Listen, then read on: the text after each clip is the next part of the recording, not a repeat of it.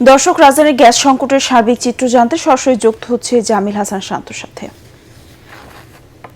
শান্ত, CNG স্টেশনগুলোর অবস্থা কি এখন এবং ভোগান্তি কেমন দেখছেন?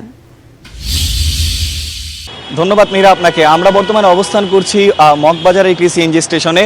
এই সিরিয়ালটি কিন্তু আসলে এই মগবাজার রেল লাইন থেকে শুরু করে কিন্তু মগবাজার হলি ফ্যামিলি পর্যন্ত ছাড়িয়ে চলে গেছে। আপনি দেখতে পাচ্ছেন আমার পেছনে কিন্তু আসলে দীর্ঘ সারি, আসলে এখানে যারা অপেক্ষারত রয়েছে তারা আমাদেরকে জানিয়েছেন ভোর থেকে কিন্তু আজকে ভোর থেকে তারা অপেক্ষায় আছেন গ্যাসের জন্য।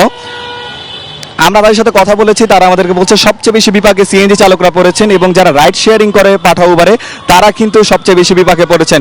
এই মুহূর্তে আমি কথা বলতে চাই একজন সিএনজি চালকের সাথে। আসলে আপনাদের সমস্যা কিরকম হচ্ছে?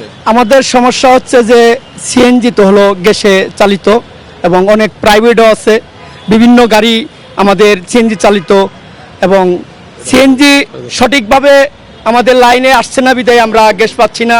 এবং আমাদের একটা কথাই অনুরোধ জানানো হলো যে যারা এই গ্যাসকে পরিচালনা করে তাদের কাছে আমাদের যত ড্রাইভার আছে যারা গ্যাসকে ব্যবহার করি তাদের পক্ষ হয়ে আপনাদেরকে জানানো হলো যে আপনারা অতি দ্রুত আমাদের এই লাইনকে আপনারা সঠিকভাবে তৈরি করে দেন।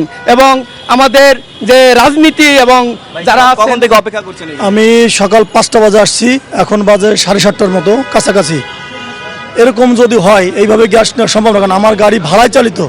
এখন এইভাবে আমি 4 নম্বর সিরিয়ালে আসছি, গ্যাস মেশিন বন্ধ হয়ে গেছে যেহেতু লাইনে গ্যাস নাই। এইভাবে যদি হয় গাড়ি চালানো সম্ভব না আমাদের। যেমনটা শুনলেন আসলে সাধারণ মানুষরা কিন্তু বেশ বিপাকে, যার ফলে যারা যাত্রী রয়েছেন তারাও কিন্তু আসলে বেশ বিপাকে। সিএনজির সংখ্যা কম থাকায় কিন্তু ভাড়ার পরিমাণটাও বেশ বেড়ে গেছে বলে তারা আমাকে জানিয়েছেন। মীরা, এই ছিল আমার কাছে সর্বশেষ। শান্ত, আপনাকে ধন্যবাদ।